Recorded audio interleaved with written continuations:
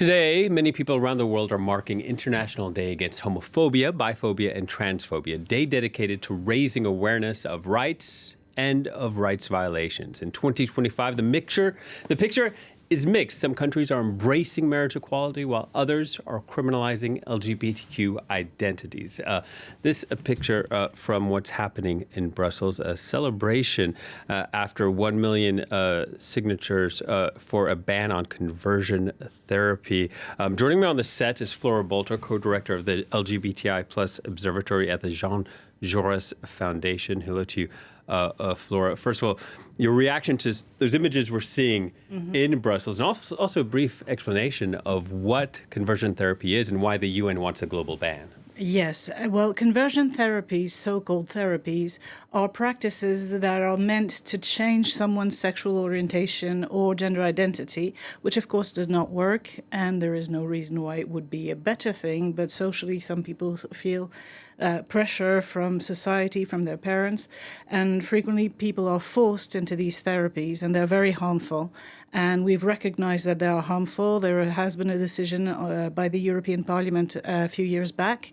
And in France, there has been a law since 2022 banning these practices. And the idea is that every country should have a ban in place on those practices because they are harmful. There is no positive outcome of these practices. They are not therapy, and they do not convert anything, or, they don't work. Yeah, and this comes at a time when a lot of activists or experts have been noting gradual improvement for accepting and protecting trans rights worldwide. But now there seems to have been a shift. Some are saying it's a normative shift.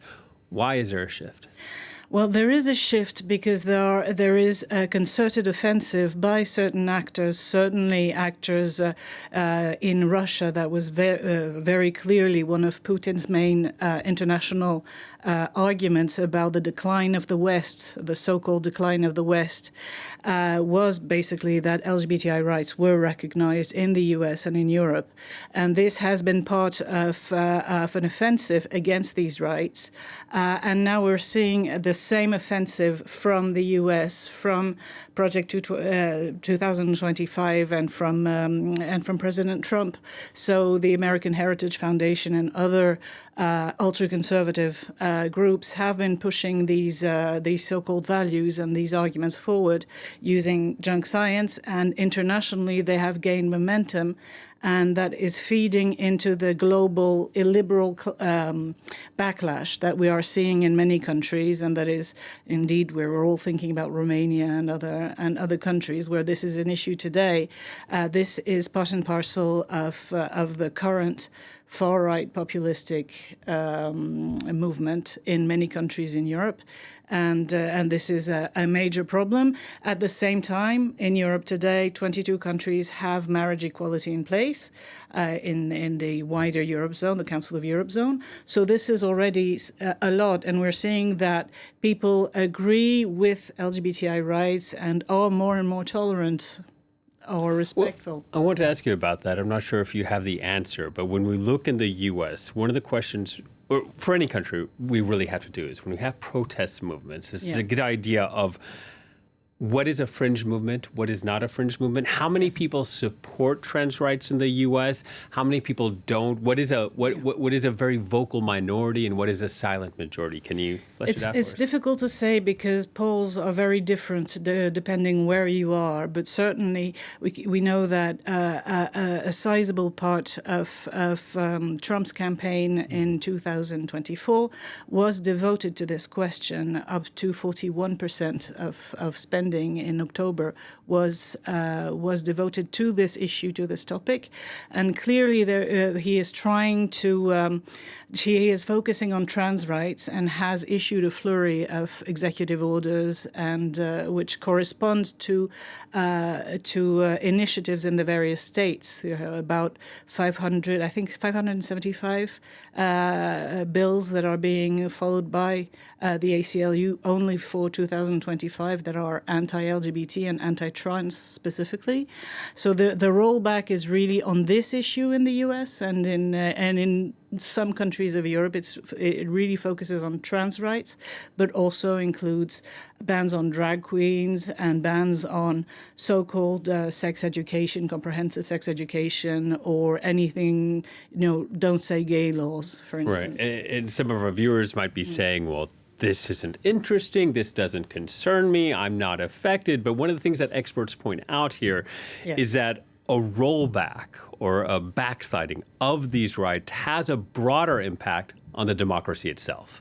Absolutely, because these are elements that are all completely backed, that are enshrined in human rights. And there have been many decisions by the UN, by the Council of Europe and the European Court of Human Rights, and even by other courts in Africa or in the Americas, saying that that clearly LGBTI persons have a right to respect and dignity, and attacking this and saying, this is one population that we need to get rid of, is of course the recipe for scapegoating and for basically targeting whole masses of population, entire demographics, which is harmful for everyone because it becomes a blueprint for other types of discrimination, and it is also a way of not recognizing the fundamental rights of any person, because these are fundamental elements, sexual orientation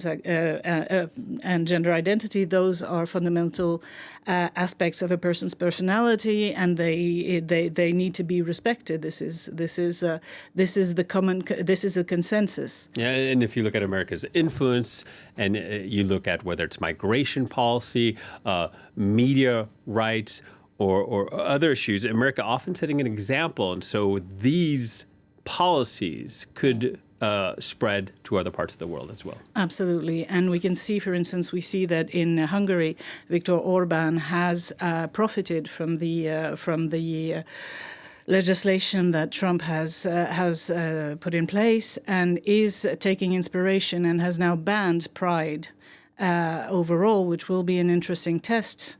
Whether it takes place or not, because the city of Budapest is not in agreement, and because activists are not willing to stop having Pride.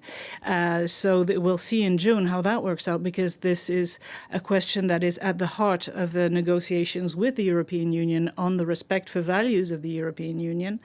And this is clearly also freedom of expression and freedom of association. So this can be harmful for everyone. If there can be a constitutional ban on pride parades, then this is a very slippery slope for other types of protest. There certainly is a lot of political polarization, but there's also some of the media, myself included, sometimes we paint by broad strokes, and we pit it liberals versus conservatives, or MAGA versus, and so I'm wondering, for organizations like yours, for people who I grew up in a very conservative part of the United States. Yes. Some people might be isolated, they might live in a bubble, and they might put hate speech and hate acts aside. For the people who just haven't been exposed to the trans community, broadly speaking, they feel uncomfortable, they feel alarmed because they don't know anyone. How do you make bridges with people like that? How do you reach out to them? That's what we try to do. We try to have training sessions with all sorts of professionals, particularly those who work with families and children, because frequently people just simply don't know, as you say, and they're just, they don't feel comfortable, they don't really understand what's going on, they feel that all trans persons will immediately want an operation, a surgical intervention, and things like that. So they're very worried of their children coming out as trans and things like that. And this is in fact not the case, and there are many misrepresentations. So we try to educate the broader public.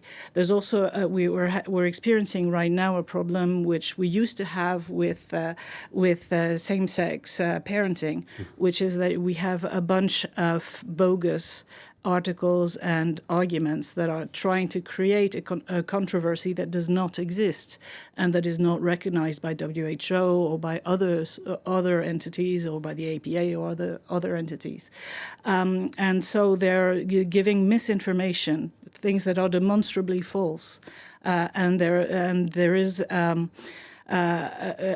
whole whirlpool of disinformation that is being produced in Russia or in the United States by some groups and in other countries indeed, and that many people are exposed to. And we're fighting against these misrepresentations that come in addition to the existing, perhaps, questions or, good faith worries that people may have, concerns, and we're trying to express that these concerns are misplaced or that that the situation is more nuanced than what they've been told. And this is becoming increasingly difficult currently regarding trans and non-binary persons, but also regarding all LGBTI persons. Flora, thank you so much for your time. Flora Bolter from the Jean Jaurès Foundation, explaining to us some of the outreach that your organization is making. Thank you. Thank you.